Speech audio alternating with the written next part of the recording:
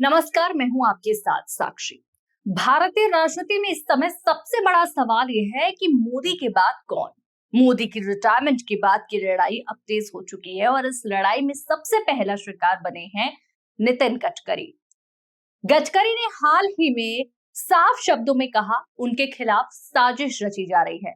अब बड़ा सवाल ये उठता है कि आखिर गडकरी के खिलाफ साजिश कौन कर रहा है और क्यों। क्या वजह है कि बीजेपी के सबसे पॉपुलर और काम करने वाले नेताओं में से एक को बार बार टारगेट किया जा रहा है। गडकरी वो नेता है जो विपक्ष से भी दोस्ताना रिश्ते रखते हैं। संसद में मल्लिकार्जुन खड़गे से लेकर दूसरे बड़े नेताओं तक गडकरी सबके साथ हाथ मिलाते नजर आते हैं। यही उनकी ताकत है और शायद यही उनकी सबसे बड़ी कमजोरी भी, क्योंकि विपक्ष से अच्छे रिश्ते उन्हें जनता का नेता तो बनाते हैं, लेकिन पार्टी के भीतर कुछ लोगों के लिए ये खतरे की घंटी है। गडकरी के खिलाफ पहले भी आरोप लगे, पोर्टी घोटाले से लेकर रोड प्रोजेक्ट्स की लागत तक और अब उनके बेटे के एथेनॉल बिजनेस तक, लेकिन हर बार आरोप साबित नहीं हो पाए। बावजूद इसके गडकरी को घेरने की कोशिश लगातार जारी है। सवाल उठता है कि अगर गडकरी बदनाम होते हैं तो सबसे ज्यादा फायदा किसको मिलेगा। जवाब सीधा है, उन्हें जो मोदी के बाद पीएम रेस में आगे बढ़ना चाहते हैं। बीजेपी और संघ के भीतर इस समय दो बड़ी लॉबी मानी जाती है। एक है गुजरात लॉबी और दूसरी संघ समर्थित गुट। गडकरी संघ के सबसे करीबी नेताओं में गिने जाते हैं।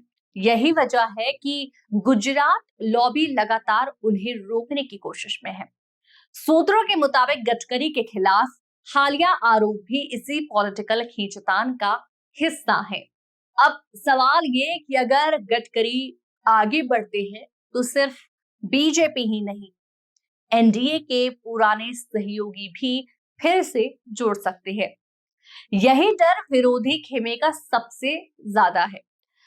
गडकरी की छवि काम करने वाले नेता और सभी को साथ लेकर चलने वाले नेता की है।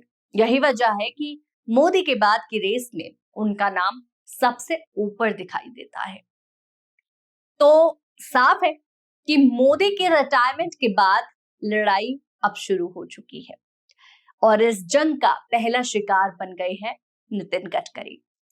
आने वाले समय में ये देखना बेहद ही दिलचस्प होगा कि क्या गडकरी इन साजिशों से बच पाते हैं या फिर उनकी राह में और मुश्किलें खड़ी होने वाली है। फिलहाल अगर बात करें कि किस तरीके से आगे जो चीजें चलेंगी, यानी कि रिटायरमेंट के बाद किस तरीके से चीजों को संभाला जाएगा, क्या पार्टी वहां पर किसकी सुनेगी और कैसे फैसले लेगी। हालांकि ये इन सब सवालों के जवाब जनता के हाथ में है। लेकिन कहानी यही खत्म नहीं होती। मोदी के बाद की राजनीति सिर्फ दिल्ली तक सीमित नहीं है, बल्कि नागपुर से लेकर अहमदाबाद तक इसके तार जुड़े हुए हैं।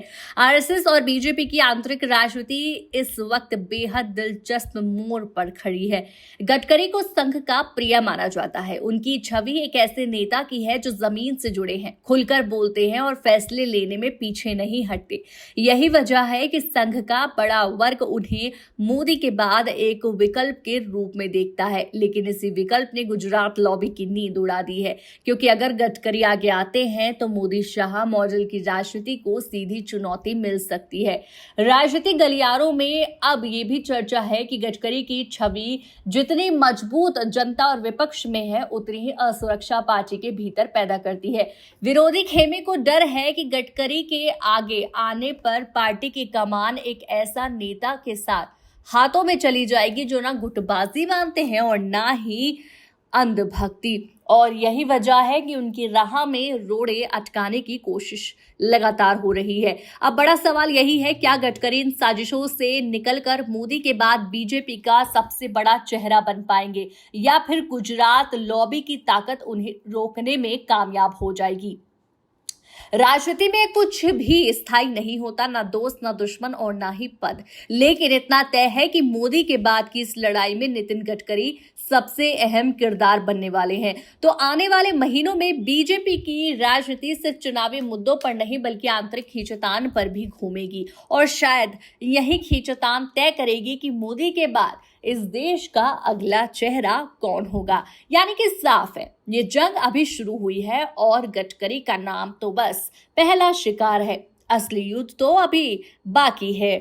तो साफ है कि मोदी के बाद की राजनीति अब एक नए मोड़ पर खड़ी है। सवाल सिर्फ इतना नहीं है कि प्रधानमंत्री की कुर्सी पर कौन बैठेगा, असली सवाल यह है कि देश की राजनीति किस दिशा में आगे बढ़ेगी। नितिन गडकरी इस जंग का पहला निशाना बने हैं, लेकिन ये तो बस शुरुआत है। आने वाले दिनों में और भी बड़े नाम सामने आएंगे और शायद कई चेहरे इस खींचतान में डूब भी जाएंगे। बीजेपी और संघ की आंतरिक जंग सिर्फ पार्टी की तस्वीर नहीं बदलेगी बल्कि पूरे भारत की राजनीति का भविष्य तय करेगी।